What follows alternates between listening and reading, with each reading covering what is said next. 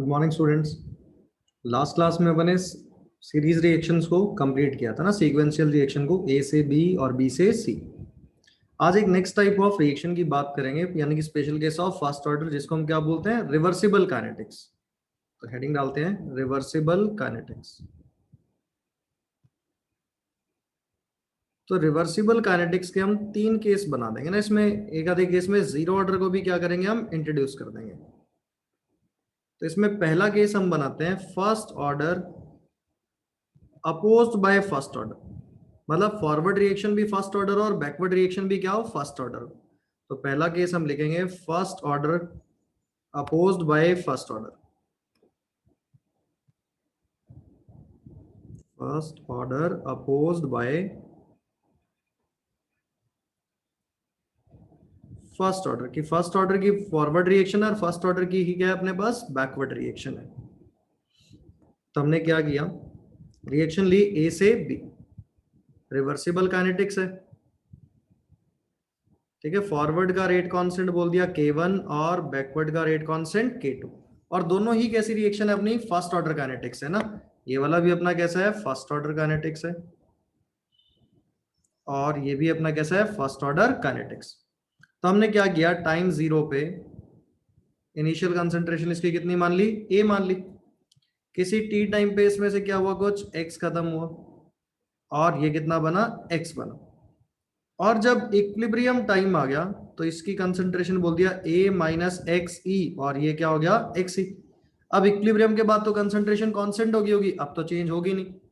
तो अगर मैं बात लिखूं एट इक्विलिब्रियम, तो इक्विलिब्रियम पे मैं इक्विलिब्रियम कांस्टेंट की वैल्यू लिख सकता हूं। जो अभी अपना केसी होता था वो क्या होता था, rate constant of forward reaction by rate constant of backward reaction. तो वो क्या होगा, concentration of B divided by concentration of A, तो एक्सी अपॉन में a माइनस एक्सी। तो यहां से मैं क्या करता हूं, K1 by K2 x e upon a minus x e से एक्स ई की वैल्यू को सॉल्व कर लेता हूं ना। तो यहां से जैसे ही मैंने एक्स ई की वैल्यू को सॉल्व किया तो वो मेरे पास वैल्यू निकल के आई K1 इंटू में a अपॉन में K1 प्लस K2। तो इसको हम संभाल के रखते हैं, आगे अपन इसका क्या करेंगे, यूज करेंगे कि अपने पास इक्विलिब्रियम कंसंट्रेशन आ गई K1 इंटू ए अपॉन K1 प्लस K2। अब जैसे ही आगे हम क्या लिखें, मेरे को लिखना minus of D A by D T, यानी कि rate of disappearance of A. तो देखो फॉरवर्ड रिएक्शन में खत्म हो रहा है, क्या बनेगा, K1 इंटू ए से, पर बैकवर्ड में वापस से बन भी रहा है, और बैकवर्ड भी फर्स्ट ऑर्डर काइनेटिक्स है, तो क्या हो जाएगा, माइनस ऑफ K2 इंटू में बी। तो अगर मैं ए की कंसंट्रेशन देखूं तो a माइनस एक्स था, तो minus of d of a minus x divided by D T is equal to K1 into में a minus of x minus of K2 into x, यही बना होगा। अब यहां से अगर सॉल्व करूं तो ये क्या बन गया होगा, D A divided by D T, तो खत्म, तो क्या हो गया, D x by D T, क्या बन गया ये, D x by D T. तो यहां से अगर मैं इसको थोड़ा सा रीअरेंज करके लिखूं तो ये मेरा बन गया K1 इंटू ए, अभी एक बार लिख देता हूं, minus of K1 x minus of K2 into x. यहां से हम क्या करते हैं, x इसमें से कॉमन ले लूंगा ना, तो मेरा बनेगा d x by D T is equal to K1 into A, और यहां से minus of K1 plus K2 into x बन गया, माइनस एक्स कॉमन लिया, क्या बच गया, K1 प्लस K2। अब अगर वेरिएबल्स को सेपरेट कर दूं तो क्या हो गया, dx अपॉन में K1 a minus of K1 plus K2 into में x, K1 plus K2 is equal to dt। तो यही बना।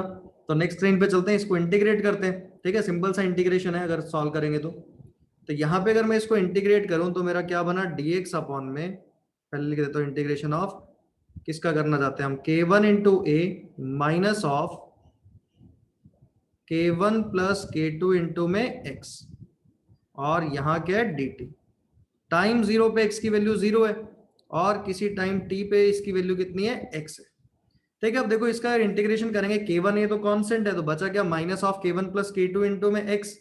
तो इसका अगर इंटीग्रेशन लिखेंगे तो क्या बनेगा, माइनस ऑफ 1 अपॉन में K1 प्लस K2,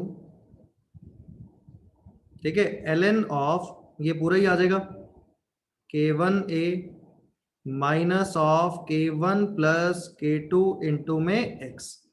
देखो एक और तरीका भी होता है इसको सॉल्व करने का ना, बिना इंटीग्रेशन के। ठीक है, तो वो भी सिखा दूंगा, पर इसकी जरूरत नहीं पड़नी क्योंकि अपन को एंड रिजल्ट याद रखना है ना। अब रखा 0 से वैल्यू क्या रखी x, और यहाँ क्या बन गया, ये dt का t हो गया होगा, तो क्या बन गया होगा t। ठीक है, अब थोड़ा सा यहां से इसको सॉल्व करें तो देखो यहाँ पे अगर वैल्यू x रखूं तो यही बनेगा, और वैल्यू 0 रखूं तो ये k1 इंटू ए बच गया होगा। तो एक काम करते हैं, माइनस ऑफ 1 अपॉन में k1 प्लस k2 को कॉमन निकाल के और उधर ले ही जाता हूँ इसको ना, माइनस k1 प्लस k2 कर दूंगा। तो अगर मैंने इसको अपर लिमिट रखा तो बना ln of k1a minus of k1 plus k2 into में x, और minus of ln k1 into में a। 0 रखते तो वो खत्म हो गया, अपर लिमिट माइनस लोअर लिमिट कर दिया, और ये इधर ले गया मैं minus of k1 plus k2 into में t।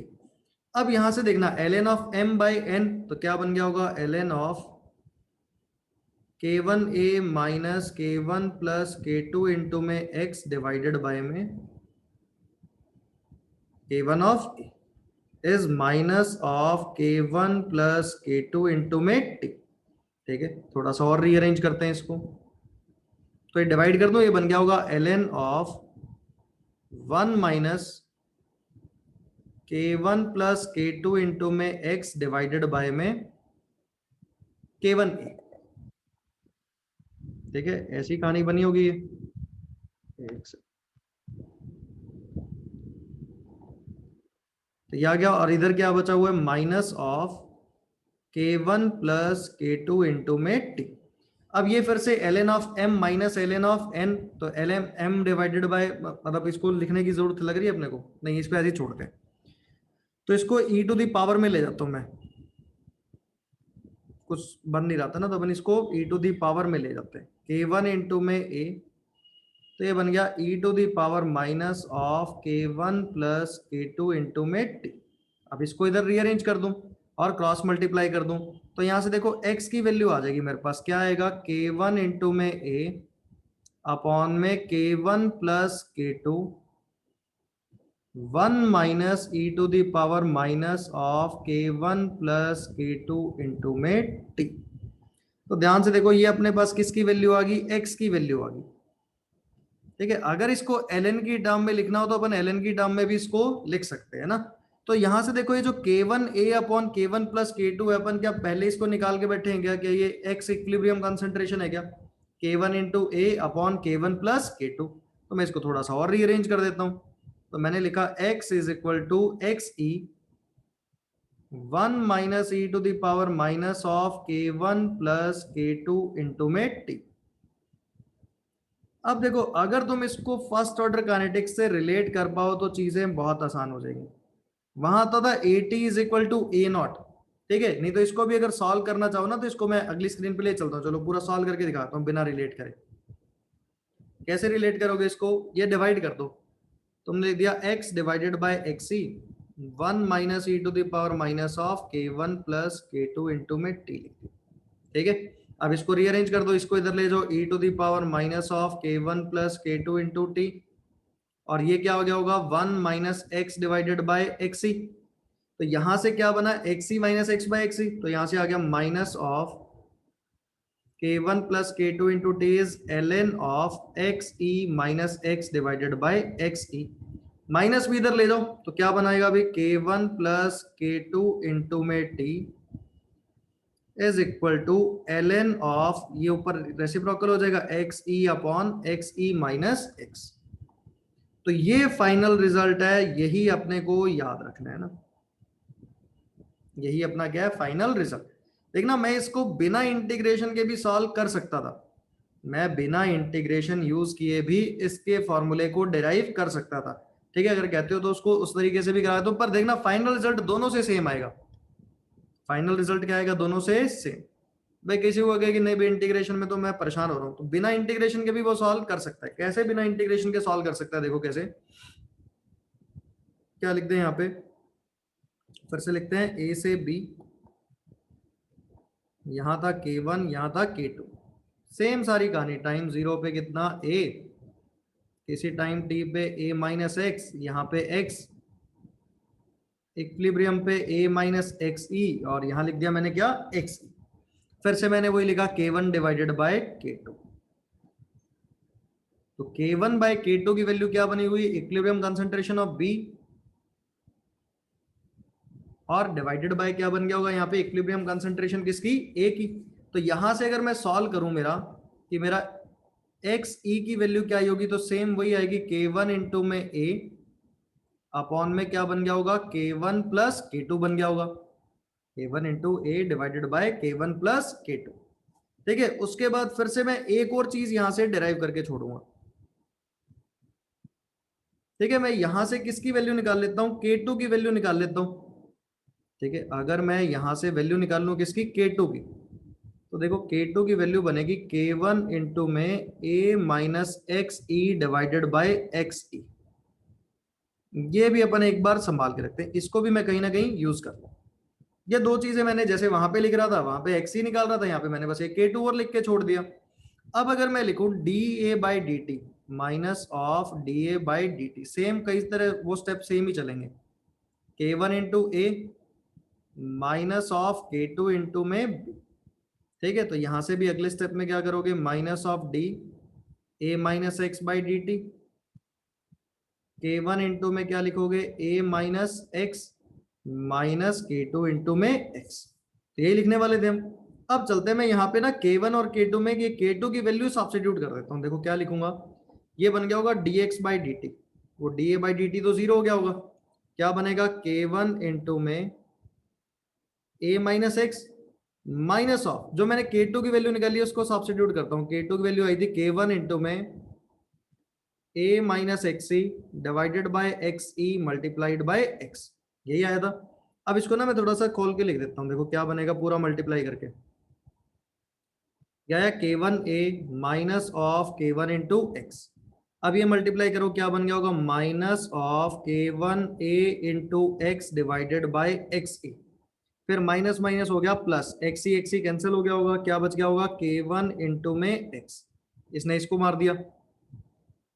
तो यहां से dx बाई डी टी की वैल्यू क्या बन गई, k1 कॉमन ले लो, ठीक है, a भी कॉमन ले लो, 1 minus of x divided by x e. ठीक है, तो इसको लिख दें, तो dx बाई डी टी क्या बन गया अभी, k1 इंटू में a अब x e minus x divided by x e. ठीक है, फिर यहां से आगे चलते हैं, एक बार पीछे देखना, यहां से मैं क्या k1 इंटू ए को क्या लिख सकता हूं, x e into k1 plus k2, देखो इस वाले रिलेशन से, तो लिख देता हूं यहाँ पे k1 इंटू k2 को मैंने क्या लिख दिया, k1 प्लस k2 इंटू में एक्स ई इंटू क्या चीज है, x e minus x divided by x e. लो फिर से ही खत्म हो गया। ठीक है, बहुत ही सिंपल इंटीग्रेशन बन जाएगा देखोगे तो, नहीं तो मैं सीधा डायरेक्ट लिखना भी सिखा दूंगा इसके अंदर। क्या बना, dx by D T is equal to k1 plus k2 into में क्या बन गया, x e minus of x बन गया। तो जहां पे k आना था वहां पे अब k1 प्लस k2 आ जाएगा, है ना, और एक्स ई अपॉन में क्या हो जाएगा, एक्स ई माइनस एक्स हो जाएगा। तो डायरेक्टली यहां से हम क्या लिख सकते हैं भाई, k1 प्लस k2 इंटू में t, तो यानी कि वैसा इंटीग्रेशन नहीं बना, थोड़ा सा कंपेरेटिवली क्या हो गया, आसान हो गया, x e upon x e minus x. तो सेम वही रिलेशन फिर से आ गया। तो चाहे किसी भी तरीके से रख लो, इसको रटना है अपने को ना, डायरेक्टली इस फॉर्मूले को याद रख दो, k1 plus k2 into t is equal to ln of xc upon xc minus x। ठीक है, xc क्या चीज है, इक्विलिब्रियम कॉन्सेंट्रेशन, और x क्या चीज है, concentration of b eight any time t। ठीक है, तो x क्या चीज है, b की कंसंट्रेशन किसी टाइम t पे। तो इस तरीके से हम लिख सकते हैं। तो ये तो पहला केस था जहां पे फर्स्ट ऑर्डर अपोज्ड बाय क्या था, फर्स्ट ऑर्डर। इसके अंदर और भी कहानी हो सकती है, अगर वो जीरो ऑर्डर को जोड़ दे ना। तो सेकंड केस अगर बात करें, इसमें ऐसा लिख दे कि first order opposed by zero order, कि अगर first order opposed by zero order हो तो क्या होगा। ठीक है, तो यहां पे अगर बात करें फर्स्ट ऑर्डर मतलब फॉरवर्ड, तो फर्स्ट ऑर्डर ही है। है ना, ये कैसा है फर्स्ट ऑर्डर, और K2, और बैकवर्ड वाला कैसा है जीरो ऑर्डर। तो बड़ा सिंपल सा है, वो जो K1 प्लस K2 वाला रिलेशन था ना, उसमें से वो रेट कांस्टेंट हटा दो जो क्या था जीरो ऑर्डर वाला, तो जीरो ऑर्डर वाला K2 था, तो यहां से बनेगा K1 इंटू टी, तो ये K1 प्लस K2 का K2 हटा दिया, ln of x e upon में एक्स ई माइनस एक्स, तो बस ये आ जाएगा इसमें। ठीक है, अगर एक केस और बोल दे इसके अंदर, क्या भी थर्ड केस बना के, case number 3, zero order opposed by first order, opposed by first order. भाई फॉरवर्ड तो ले लिया उसने कैसा ऑर्डर, जीरो ऑर्डर, और बैकवर्ड कैसा ले लिया उसने, फर्स्ट ऑर्डर। तो ले लेते हैं ए से बी, फॉरवर्ड वाले का रेट कांस्टेंट K1, ये जीरो ऑर्डर ले लिया, और ये K2, ये कैसा ऑर्डर है, फर्स्ट ऑर्डर। तो जो फर्स्ट ऑर्डर है उसी का रेट कांस्टेंट बचेगा, तो क्या हो जाएगा K2 into t, ln of x e upon में x e minus of x, तो ये क्या आ जाएगा, अपना आंसर आ जाएगा। यानी कि डायरेक्टली हम लिख सकते हैं आगे वाले दो केस के लिए ना, पर अगर क्वेश्चन पूछा जाता है तो first order opposed by first order पे ही क्वेश्चन पूछा जाता है ना। तो सिंपल से क्वेश्चन होते हैं, अगर फॉर्मूला याद हो तो डायरेक्टली अपन अप्लाई कर सकते हैं। ठीक है, तो ये कुछ स्पेशल केसेस थे फर्स्ट ऑर्डर काइनेटिक्स के, जिसमें हमने क्या बातें करी, पैरेलल की, सीरीज की, और उसके बाद रिवर्सिबल काइनेटिक्स की। ठीक है, फिर फर्स्ट ऑर्डर में ही एक और बात करेंगे सूडो फर्स्ट ऑर्डर काइनेटिक्स की, फिर इसके बाद चलेंगे सेकंड ऑर्डर पे ना। तो एक टॉपिक पढ़ते हैं अपन, क्या, सूडो फर्स्ट ऑर्डर काइनेटिक्स। तो बोर्ड में इस पे डेफिनेशंस भी पूछ लेता है कि बताओ होती क्या है सूडो फर्स्ट ऑर्डर काइनेटिक्स। ठीक है, या सूडो फर्स्ट ऑर्डर रिएक्शन कुछ भी बोलते हैं ना।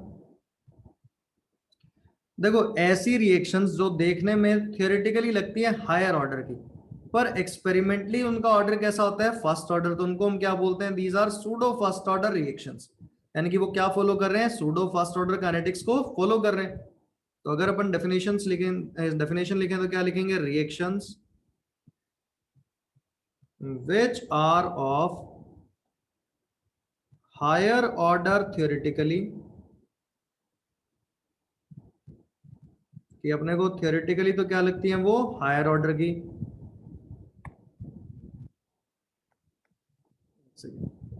Higher order theoretically,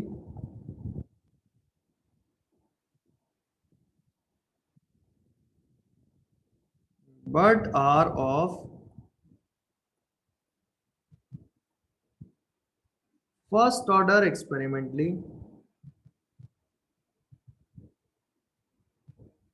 are called as pseudo first order reactions। तो वो अपनी कैसी हैं, सूडो फर्स्ट ऑर्डर रिएक्शंस है ना। ठीक है, जैसे कुछ एग्जांपल लें, मान लो मैंने कोई भी एक एग्जांपल, एक जनरल रिएक्शन ले रहे हैं ना, A plus B gives product था। ठीक है, और मैंने यहाँ पे क्या लिखा, rate is equal to, rate law लिखने जाऊंगा तो क्या लिखूंगा, k concentration of A into concentration of B. तो देखने में सेकंड ऑर्डर लग रहा है। तो अगर बोल दे कि if B is in excess, कि अगर अपना बी किस में, एक्सेस में, तो अगर कोई चीज एक्सेस में होगी तो उसकी कंसंट्रेशन टाइम के साथ चेंज तो नेग्लिजिबल, कुछ हो ही नहीं रहा होगा। तो अगर इसकी कंसंट्रेशन कांस्टेंट होगी तो के इंटू बी, इसको नया कांस्टेंट क्या बोल दें भाई, के डैश बोल दें। तो यहां से अब जो नया रेट लॉ बनेगा वो क्या बन जाएगा, के dash into concentration of A. तो क्या फॉलो करने लग गया, it follows first order kinetics. तो यानी कि आया कैसे, फर्स्ट ऑर्डर। तो ऐसी रिएक्शंस को क्या बोलते हैं हम, सूडो फर्स्ट ऑर्डर रिएक्शन। तो अब जो रेट में इंटीग्रेटेड रेट लॉ अप्लाई करेंगे, के डैश के हिसाब से अप्लाई करेंगे ना, k dash t is equal to 2.303 log of a naught divided by 80। ठीक है, तो यहाँ पे अब जो हम इंटीग्रेटेड रेट लॉ अप्लाई करेंगे वो फर्स्ट ऑर्डर के लिए कौन से वाला यूज करेंगे, रेट कांस्टेंट क्या यूज करने वाले हैं, के डैश। ठीक है, तो अब कौन सी ऐसी रिएक्शंस हैं जो सूडो फर्स्ट ऑर्डर काइनेटिक्स को फॉलो करती हैं। ठीक है, तो उसकी बात कर लेते हैं। तो अगर इसमें एग्जांपल्स लिखेंगे कौन सी सूडो फर्स्ट ऑर्डर काइनेटिक्स अपने होते हैं, तो उसमें पहला एग्जांपल है अपना एसिडिक हाइड्रोलिसिस ऑफ एस्टर। ठीक है, अगर एस्टर का हाइड्रोलिसिस करा दिया जाए एसिडिक मीडियम में तो वो क्या फॉलो करता है, सूडो फर्स्ट ऑर्डर काइनेटिक्स। तो अपने पास एस्टर ले लिया हमने कोई भी RCOOR, इसका हमने हाइड्रोलिसिस कराया किसमें, एसिडिक मीडियम में, तो इसने क्या बना दिया, कार्बोक्सिलिक एसिड RCOH और साथ में अल्कोहल बना दिया। तो हमने इसका रेट लॉ लिखा, तो रेट लॉ क्या बना, rate is equal to K, concentration किसकी, एस्टर की, और मल्टीप्लाइड बाय पानी। और हमने को पता है हाइड्रोलिसिस रिएक्शन में पानी तो एक्सेस में रहा होगा, तो हमने पता है वाटर किसमें है अभी, इज इन एक्सेस। तो अगर पानी एक्सेस में होगा तो K इंटू में कंसंट्रेशन ऑफ H2O क्या बनता होगा अभी, K डैश। तो अगर ये K डैश बन गया तो रेट लॉ क्या बन गया अपना, K डैश इंटू कंसंट्रेशन किसकी, एस्टर की। तो ये अपना क्या बन गया, फर्स्ट ऑर्डर काइनेटिक्स बन गया।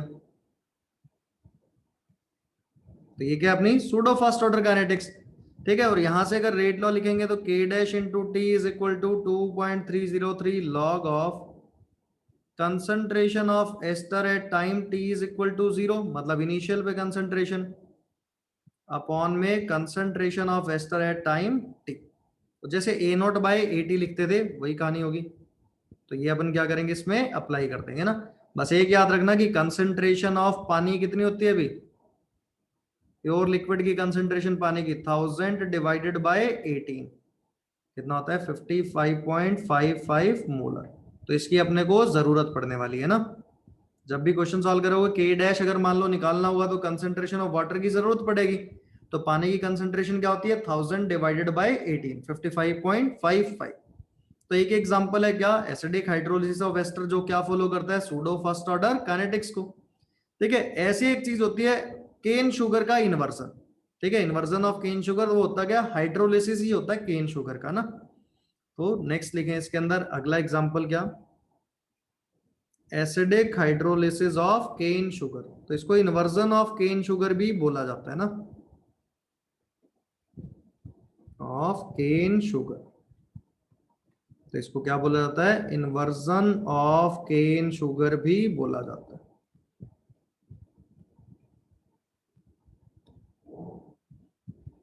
ठीक है, तो अगर इसमें लिखें तो केन शुगर क्या होता है अपना, सुक्रोज C12H22O11 है ना। अगर मीडियम कैसा हो अपने पास भी एसिडिक, तो क्या बना देता है ये, 1 मोल ग्लूकोज का और 1 मोल क्या बनाता है, फ्रक्टोज। ठीक है, ग्लूकोज प्लस फ्रक्टोज बनाता है। तो अपने को रिएक्शन ज्यादा इंपॉर्टेंट नहीं है ना भाई, इन्वर्जन क्यों बोलते हैं वो आगे पढ़ लेंगे बायोमोलिक्यूल्स में ना। तो हमने लिखा rate is equal to K, concentration किसकी हुई, सुक्रोज की, इनटू कंसंट्रेशन किसकी, पानी। तो पानी तो कांस्टेंट ही है, मतलब एक्सेस में रहा होगा, वाटर इज इन एक्सेस। तो क्या होगा, K इंटू में कंसंट्रेशन ऑफ H2O, फिर से क्या बन जाएगा, K डैश। तो क्या आ जाएगा, rate is equal to K dash into concentration किसका भी, सुक्रोज का। तो ये भी क्या हो गया, फर्स्ट ऑर्डर हो गया। तो ये फॉलोज क्या हो गया, first pseudo first order kinetics. तो यानी कि दोनों एग्जांपल किसके, अपने सूडो फर्स्ट ऑर्डर काइनेटिक्स के ना। पर एक इंपॉर्टेंट बात है कि जैसे हाइड्रोलिसिस ऑफ एस्टर वो एसिडिक मीडियम में थे ना, अगर बेसिक मीडियम में कराते हैं उसको सपोनिफिकेशन रिएक्शन बोलते हैं ना, तो वो अपना फर्स्ट ऑर्डर काइनेटिक्स नहीं होता ना, वो सेकंड ऑर्डर काइनेटिक्स होता है। ठीक है, तो उसको भी लिख के छोड़ देते हैं कि कई बार अपने को हाइड्रोलिसिस ऑफ एस्टर नाम से याद ही रह जाता है कि वो सूडो फर्स्ट ऑर्डर काइनेटिक्स है ना, पर वो एसिडिक मीडियम में था ना। तो अगर एक एग्जांपल बना के और लिख दें, hydrolysis of ester in presence of alkali, water soluble base में ना, तो ये अपना सूडो फर्स्ट ऑर्डर काइनेटिक्स नहीं होता ना।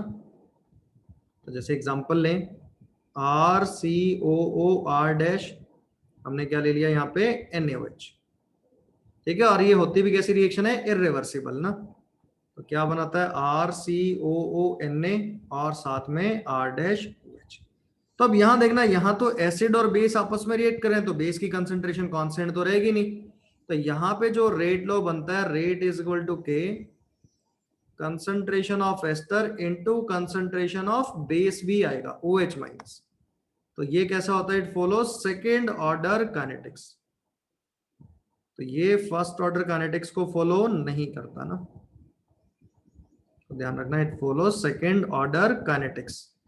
ठीक है, तो कई बार अपने को हाइड्रोलिसिस ऑफ एस्टर के नाम से याद ही क्या रह जाता है कि हमेशा क्या होगा भाई, अपना सूडो फर्स्ट ऑर्डर होगा, पर इसके अंदर अगर बेस की प्रेजेंस में हुआ तो फिर वो सूडो फर्स्ट ऑर्डर काइनेटिक्स नहीं होता ना। तो ये सारे अपन स्पेशल केस पढ़े किसके, फर्स्ट ऑर्डर काइनेटिक्स के। ठीक है, अब चलते हैं अपन सेकंड ऑर्डर काइनेटिक्स की तरफ। ठीक है, तो हेडिंग डालते हैं सेकंड ऑर्डर काइनेटिक्स। ठीक है, तो इसमें दो तीन केस लेके चलेंगे। ठीक है, पहला केस लेके चलते हैं, बड़ी सिंपल सी रिएक्शन, ए से प्रोडक्ट ना, रिएक्शन है अपने पास, ए से क्या बन रहा है, प्रोडक्ट। तो इसका अगर अपन रेट लॉ लिखेंगे तो रेट इज इक्वल टू क्या बनेगा, k into concentration of A to the power 2। तो यहां से रेट क्या बनेगा भाई, minus of D A divided by D T is equal to k into concentration of A का स्क्वायर हो जाएगा। तो minus of D A divided by में A square is equal to k into में डी टी। ठीक है, integrate कर देते हैं दोनों तरफ, के इंटू डी टी। यहां भी हमने टाइम जीरो पे कंसेंट्रेशन ए नॉट, किसी टाइम टी पे कंसेंट्रेशन कितनी 80। तो जब इंटीग्रेट करके upper limit minus lower limit substitute करेंगे तो क्या बनेगा, 1/80 minus 1/a0 is equal to k into में टी। तो ये अपने पास रिलेशन आ गया किसका, concentration of A at any time T का। तो 1/80 minus 1/a0 is equal to k T. अगर मैं इसके लिए हाफ लाइफ कैलकुलेट करूं, क्या निकालें इसके लिए, सेकेंड ऑर्डर काइनेटिक्स के लिए half life, T half calculate करते हैं। तो हाफ लाइफ जब लिखेंगे तो at time T is equal to T half पे क्या होगा अभी, जो अपना 80 होगा वो किसके बराबर हो गया होगा, ए नॉट बाई 2 के। तो इंटीग्रेटेड रेट टर्म में सब्स्टिट्यूट कर देते हैं, तो बन गया होगा 2/a0 minus of 1/a0 is equal to k into में टी हाफ। तो यहां से जो हाफ लाइफ आ जाएगी वो आ जाएगी 1 डिवाइडेड बाय a0 इंटू में के। तो ये आ गया अपना सेकेंड ऑर्डर काइनेटिक्स के लिए हाफ लाइफ। इसका भी सिग्निफिकेंस बड़ा इंपॉर्टेंट है ना हाफ लाइफ का। तो यहाँ पे अगर इसके सिग्निफिकेंस की बात की जाए कि हाफ लाइफ का इसमें सिग्निफिकेंस क्या होगा, तो जैसे हम जीरो ऑर्डर और फर्स्ट ऑर्डर के लिए पढ़ रहे थे, वैसे अगर यहाँ देखना कि हर सक्सेसिव हाफ लाइफ के बाद कंसंट्रेशन क्या है, a0/2, तो हाफ लाइफ क्या हो रहा होगा, इसका डबल हो रहा होगा ना। इसमें जो सक्सेसिव हाफ लाइफ होता रहेगा वो डबल होता रहेगा। जैसे मान लो 100 से 50 अगर कितने मिनट में हो रहा है, मान लो 10 मिनट में, तो इसमें 50 से 25 कितनी देर में होगा, 20 मिनट में। फिर 25 से 12:30 कितनी देर में होगा भाई, 40 मिनट में। ठीक है, तो यहाँ पे सक्सेसिव हाफ लाइफ क्या होता रहेगा, इंक्रीज होता रहेगा ना। तो जैसे अगर यहाँ पे एग्जांपल में मैंने लिखा हुआ है हाफ लाइफ अगर मेरा 10 मिनट है, तो देखो टी 75% कितना आ गया, 20 + 10 कितना, 30 मिनट। टी 87.5% कितना आ गया, 40 और 20 60 और 10 70 मिनट। ठीक है, तो इस तरीके से ध्यान रखना है कि फर्स्ट ऑर्डर काइनेटिक्स के लिए हमने पढ़ा था तो सक्सेसिव हाफ लाइफ आधा हो रहा था, है ना। फर्स्ट ऑर्डर काइनेटिक्स में क्या हुआ, अभी सक्सेसिव हाफ लाइफ कांस्टेंट हुआ, ठीक है, सेम चलता गया। और सेकंड ऑर्डर काइनेटिक्स में सक्सेसिव हाफ लाइफ क्या होता जा रहा है, डबल, पहला 10 मिनट था, दूसरा 20 मिनट, अगला 40, फिर अगला 80, ऐसे चलता रहेगा। ऐसे इसमें एक चीज निकाल सकते हैं हम, क्या, डिग्री ऑफ डिसोसिएशन। जैसे सभी के लिए अल्फा कैलकुलेट कर रहे थे, इसके लिए भी कर लेते हैं। तो अगर यहाँ पे कैलकुलेट करें अपन सेकंड ऑर्डर काइनेटिक्स के लिए डिग्री ऑफ डिसोसिएशन, तो इसमें डिग्री ऑफ डिसोसिएशन की बात करें अल्फा, सेम वही लिख लेते हैं, ए से बी, टाइम जीरो पे कितना भी ए मान लेते हैं कंसंट्रेशन, और टाइम टी पे कितना, ए माइनस एक्स। तो हमने पता ही अल्फा की वैल्यू क्या आएगी, एक्स डिवाइडेड बाय ए। मैं एक्स बाय ए निकाल लूं तो अल्फा आ जाएगा मेरे पास। तो अपने पास रिलेशन था 1/80 minus of 1/a0 is equal to k into में टी। तो 80 की जगह रख दिया 1/a minus X minus of 1/a के इंटू में टी। ठीक है, तो अगर यहाँ से रीअरेंज करें, मतलब ले लो एलसीएम, तो ऊपर बन गया होगा x, नीचे बन गया होगा a इंटू में a minus of x is equal to k multiplied by T. तो यहाँ पे x बाय a को लिख दिया मैंने अल्फा, और नीचे मैंने क्या कर दिया, a कॉमन निकाल लिया ना, तो क्या बन गया होगा a इंटू में 1 minus alpha is equal to k T. ठीक है, तो यहां से अगर सॉल्व करेंगे तो अल्फा की वैल्यू क्या बनेगी, अल्फा इज इक्वल टू ए के टी डिवाइडेड बाय 1 प्लस ए के टी। तो ये क्या आ जाएगा, सेकेंड ऑर्डर काइनेटिक्स के लिए डिग्री ऑफ डिसोसिएशन। तो यही सारी चीजें अपने को निकालनी थी, किसके लिए, सेकेंड ऑर्डर काइनेटिक्स के लिए। ठीक है, हमने इंटीग्रेटेड रेट लॉ निकाल लिया, हाफ लाइफ, उसका सिग्निफिकेंस पढ़ा और अल्फा निकाल दिया। ठीक है, अगर मान लो इसके ग्राफ्स प्लॉट करने हो तो एक दो ग्राफ की बात कर लेते हैं इसमें। ठीक है, जो सिंपल सिंपल से अपने पूछे जा सकते हैं ना अपने से ना। तो जैसे अगर दे अपने को ग्राफ दे दे 1/80 वर्सेस, या पहले तो rate versus concentration of A. तो rate versus concentration of A का ग्राफ प्लॉट करें तो मेरे को पता ही है कि रेट इज इक्वल टू क्या चीज है, के इंटू में ए स्क्वायर। तो Y is equal to A X square, क्या पैराबोला बनेगा, ओपनिंग अपवर्ड, तो नेगेटिव वाला पार्ट तो मैंने छोड़ ही दिया, तो इस तरफ बन गया होगा। ऐसे मान लो ग्राफ पूछ ले 1/80 वर्सेस टी का ग्राफ बनवा ले अपने से, कि बोल दे 1/80 वर्सेस टाइम का ग्राफ प्लॉट करो। तो हमने बस रिलेशन है 1/80, ठीक है, is equal to 1/a0 plus k T. वो जो -1/a0 था उधर जाके क्या हो जाएगा, प्लस हो जाएगा। तो अब स्लोप यहाँ पे कैसा है, पॉजिटिव है, तो लाइन कैसे बन जाएगी, ऐसे स्लोप पॉजिटिव अपवर्ड। तो ये वाला इंटरसेप्ट क्या हो गया अपना भी,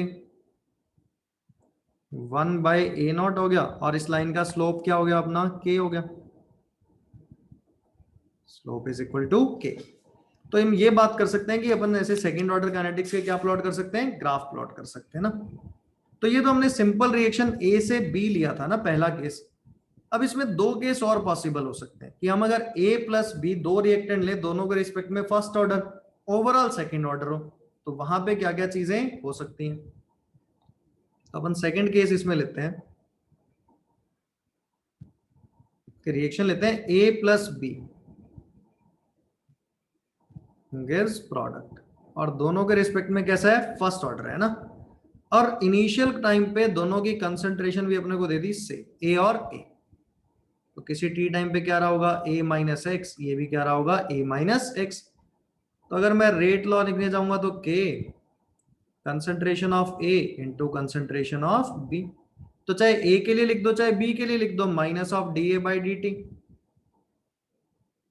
is equal to k a minus X, a minus X. यहाँ पे भी लिख देते हैं a माइनस एक्स, तो वो D A by D T तो जीरो हो गया होगा, तो बचा होगा D x by D T, के a माइनस एक्स का स्क्वायर बचा होगा। तो ये आ गया डी एक्स अपॉन में a माइनस एक्स का स्क्वायर इंटीग्रेशन k इंटू में डी टी। टाइम जीरो पे x की वैल्यू जीरो, टाइम t पे x की वैल्यू कितनी, x। तो सेम वैसा सही रिलेशन आएगा, 1/80 की जगह क्या बन जाएगा यहाँ से, 1 अपॉन में a minus X minus of 1/a is equal to k multiplied by t। ठीक है, तो सेम रिलेशन आने वाला है इसके अंदर ना, जो अपना क्या था, सिंपल सेकंड ऑर्डर काइनेटिक्स का था, 1/80 minus 1/a0 is equal to kt। पर अगर दोनों की इनिशियल कंसंट्रेशन सेम नहीं हुई तो कैसे सॉल्व करें, एक की कंसंट्रेशन मान लो a हो, एक की कंसंट्रेशन क्या हो, b हो, तो उसको फिर कैसे सॉल्व किया जाए। तो अपन एक थर्ड केस बनाते हैं इसमें, सेकंड ऑर्डर काइनेटिक्स का ही, कि हमने लिया a plus B gives product. ठीक है, टाइम जीरो पे कंसंट्रेशन कितनी ले लें बेस की, एक की मान लेते हैं a और एक की मान लेते हैं b, और किसी टाइम t पे इसमें से हो गया a माइनस एक्स, इसमें से हो गया b माइनस एक्स। तो लिख देते हैं रेट इज इक्वल टू क्या होगा, k concentration of a into concentration of b। तो a के लिए क्या लिख दूं, minus of D A by D t, k into में concentration of a into concentration of b। तो minus of D A by D t को a की जगह लिख देते हैं a minus of x divided by D t, और ये हो गया a माइनस एक्स इंटू में b माइनस ऑफ एक्स। तो यहां से D A by D T तो जीरो हो गया होगा, बचा क्या D x by D T, के इंटू ए माइनस एक्स इंटू में बी माइनस एक्स। ठीक है, तो अगर रीअरेंज करें तो ये हो गया होगा ए माइनस एक्स नीचे आ गया, बी माइनस एक्स भी नीचे आ गया, ये हो गया के इंटू में डी टी। अब अपने इंटीग्रेट करना है इसको, टाइम जीरो पे एक्स की वैल्यू जीरो और टाइम टी पे कितनी एक्स। अब देखो इसको इंटीग्रेट करने के लिए मैं इसकी फॉर्म को चेंज कर देता हूं, मैं इसको इस तरीके से लिखता हूं, 1 में बी माइनस एक्स माइनस 1 में ए माइनस एक्स, इस फॉर्म में लिख सकते हैं अभी। ठीक है, और यहां से अगर मैं देखूं तो बाहर क्या आ गया होगा, अभी देखना एक बार क्या बचा होगा इसके अंदर। ऊपर आ गया ए माइनस एक्स, या ए माइनस एक्स और बी माइनस एक्स कर देते हैं ना, तो अगर ए माइनस एक्स और बी माइनस एक्स करूँ तो बी माइनस ए आएगा। ठीक है, मैंने कर दिया 1 में बी माइनस ए निकाल लिया बाहर, और इसको इस फॉर्म में लिख दिया 1 में ए माइनस एक्स। ठीक है, वैसे भी लिख ही सकता था 1/b माइनस एक्स इंटू में dx। चेक करो ऊपर बन गया होगा b माइनस एक्स, तो वो b माइनस ए, तो मैंने बाहर नीचे भी b माइनस ए मल्टीप्लाई कर दिया, तो सेम ही बन गई फॉर्म, तो is equal to k into में dt। तो टाइम जीरो पे जीरो और टाइम t पे क्या हो गया अभी यहाँ पे x। तो इसको इंटीग्रेट करते हैं 1/b माइनस ए, ये तो बाहर ही रहेगा, इसका इंटीग्रेशन क्या होगा minus of ln a minus X, और ये माइनस माइनस क्या हो जाएगा प्लस हो जाएगा ln of b minus x. Limit क्या जीरो से लेके x तक, तो k इंटू में t बन गया होगा। अब इसको अपर लिमिट माइनस लोअर लिमिट कर दो इसमें, तो पहले तो एक बार इसको ln of m minus ln of n कर देते हैं, ln of b minus x upon a minus x हो गया होगा, जीरो से लेके x k इंटू में t। तो ये हो गया 1/b माइनस ए, अपर लिमिट पुट करें तो यही आएगा ln of b minus x upon a minus x. ठीक है, लोअर लिमिट पुट करूं तो क्या बनेगा ln of b divided by a is equal to k into में t। अब यहाँ पे ln of m minus ln of n कर दो, ln of m by n, तो divided by b by a आएगा, a ऊपर चला जाएगा, तो ये बनेगा 1 में b minus a ln of a into में b माइनस एक्स, और नीचे आएगा b अपॉन में a minus X is equal to k into में t। तो ये अपना क्या आ गया अभी रेट लो आ गया, किसके लिए आया, अगर इनिशियल कंसंट्रेशन सेम नहीं हो तो, एक की ए और एक की बी। ठीक है, तो इस तरीके से अपने को सॉल्व कर दे। इससे अगला तो स्टेप हमने सिर्फ इसको रीअरेंज किया है ना, तो यहाँ पे बस एक इंपॉर्टेंट स्टेप था, इसको इस फॉर्म में लिखना। जब मैथ्स में इंटीग्रेशन पढ़ लोगे तो वैसे भी समझ जाओगे कि कहीं फंस रहे हो तो हम उसको क्या करते हैं अलग अलग लिखने की कोशिश कर सकते हैं। तो b माइनस ए तो कॉन्स्टेंट ही था, तो हमने क्या किया ऊपर से b माइनस ए आर था, नीचे मल्टीप्लाई कर दिया, तो वो कैंसिल आउट होके वही बनेगा dx अपॉन में a minus x into B minus x. तो ये पूरी कहानी थी अपनी सेकंड ऑर्डर काइनेटिक्स की ना। ठीक है, तो अब जितने भी अपने पास क्वेश्चंस मिले अपने को, जीरो ऑर्डर के, फर्स्ट ऑर्डर के, सेकंड ऑर्डर के, वो सारे अटेम्प्ट किए जा सकते हैं। ठीक है, तो आज के लिए इतना ही करते हैं, नेक्स्ट क्लास में मिलते हैं।